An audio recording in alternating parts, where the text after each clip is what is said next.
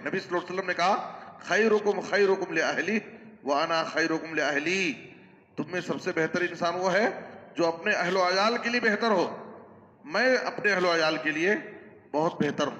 نبی صلی اللہ علیہ وسلم کی سیرت میں ہمارے لیے مثالیں بھری پڑی ہیں کہ نبی صلی اللہ علیہ وسلم کا اسوہ، آپ کا بہترین اخلاق، آپ کا بہترین تعامل اپنے بیوی بچوں کے لیے کیسا تھا۔ السلام علیکم ورحمۃ اللہ وبرکاتہ۔ بسم اللہ الرحمن الرحیم۔ عن ابی ہریرہ رضی اللہ تعالی عنہ قال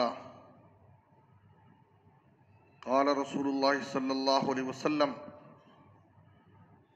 اکمل المؤمنین ایمانا احسنهم خلقا وخیرکم خیرکم لنسائہم،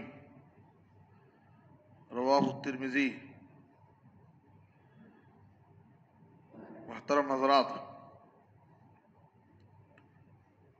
ابو ہریرہ رضی اللہ تعالیٰ عنہ بیان کرتے ہیں کہ نبی صلی اللہ علیہ وسلم نے فرمایا، تم میں سب سے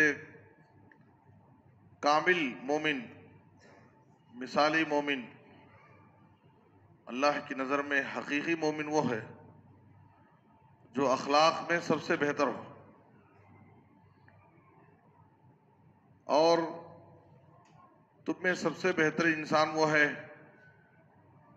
جو اپنی عورتوں کے لیے بہتر ہو۔ خیرکم خیرکم لنسائہم، تم میں سب سے بہتر انسان وہ ہے جو اپنی عورتوں کے لیے بہتر ہو۔ علماء نے اس حدیث کی شرح میں لکھا ہے کہ چونکہ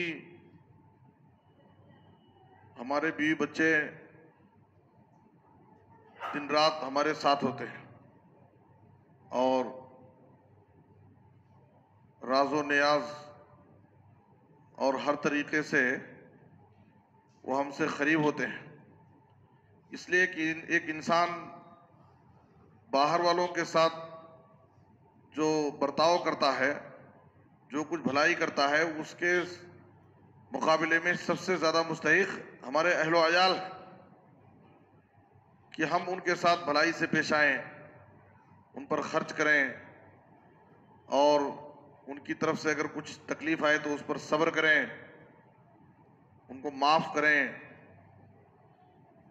تمام وہ چیزیں جو ہم دوسروں کے ساتھ انجام دیتے ہیں، اس کے زیادہ مستحق وہ ہمارے اہل و عیال ہیں۔ ہم دوستوں کے لیے ٹائم دیتے ہیں لیکن اپنے بیوی بچوں کے لیے ہمارے پاس ٹائم نہیں ہے۔ اگر ہم دوسروں پر خرچ کرتے ہیں تو اس سے زیادہ خرچ کے مستحق ہمارے اہل و عیال ہیں۔ اگر ہم دوسروں کی باتوں کو برداشت کر لیتے ہیں تو سب سے زیادہ برداشت کے حقدار تو ہمارے بیوی بچے ہیں کہ ان کی طرف سے اگر کچھ تکلیف آئے، زیادتی ہو تو ہم برداشت کریں۔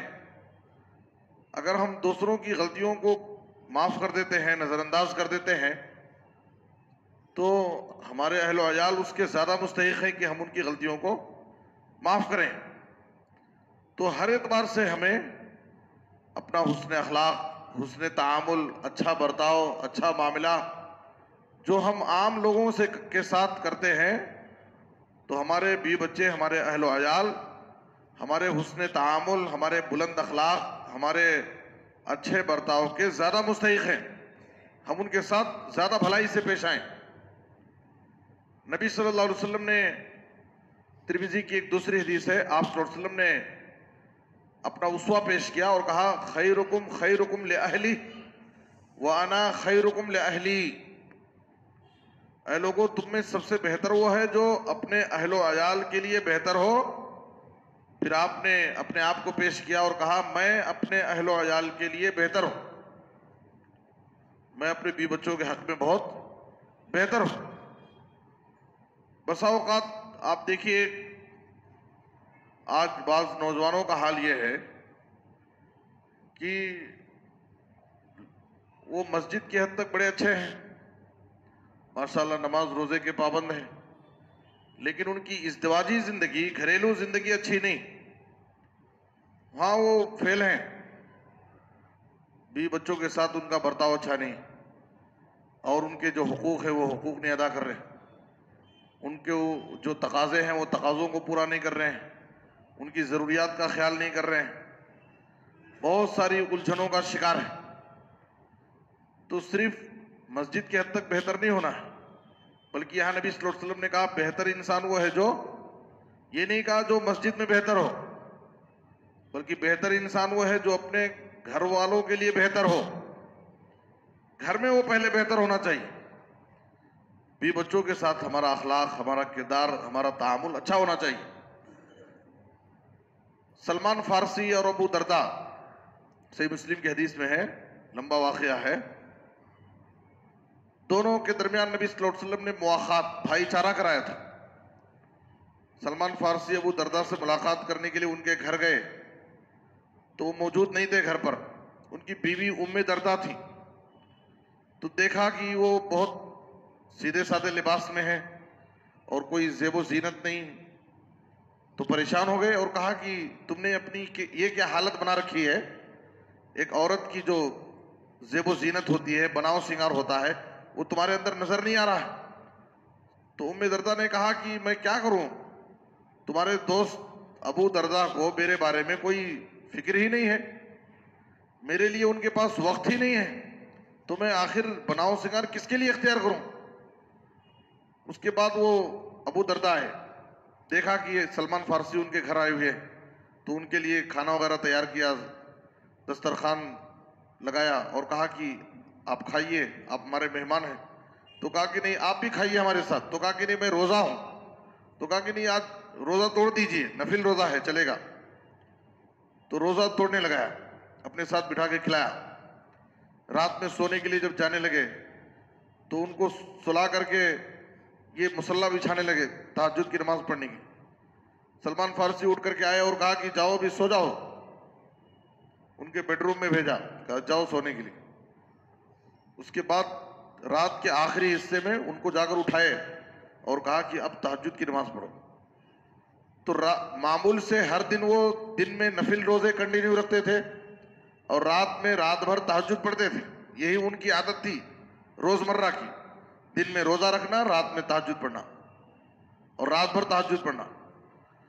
تو آج خلاف عادت روزہ بھی توڑنے لگا اور رات بھر تہجد بھی نہیں پڑھنے دیا. صبح نبی صلی اللہ علیہ وسلم کی خدمت میں گئے اور کہا اللہ کے رسول، سلمان میرے گھر آئے تھے اور ایسا ایسا انہوں نے میرے ساتھ کیا ہے، اور انہوں نے ایک نصیحت بھی کی ہے، ان لربک علیک حقا ولنفسک علیک حقا ولأہلک علیک حقا. تمہارے اوپر تمہارے رب کا حق، تمہارے نفس کا حق. رب کا حق یہ ہے کہ اللہ کی عبادت کرو، نماز روزہ.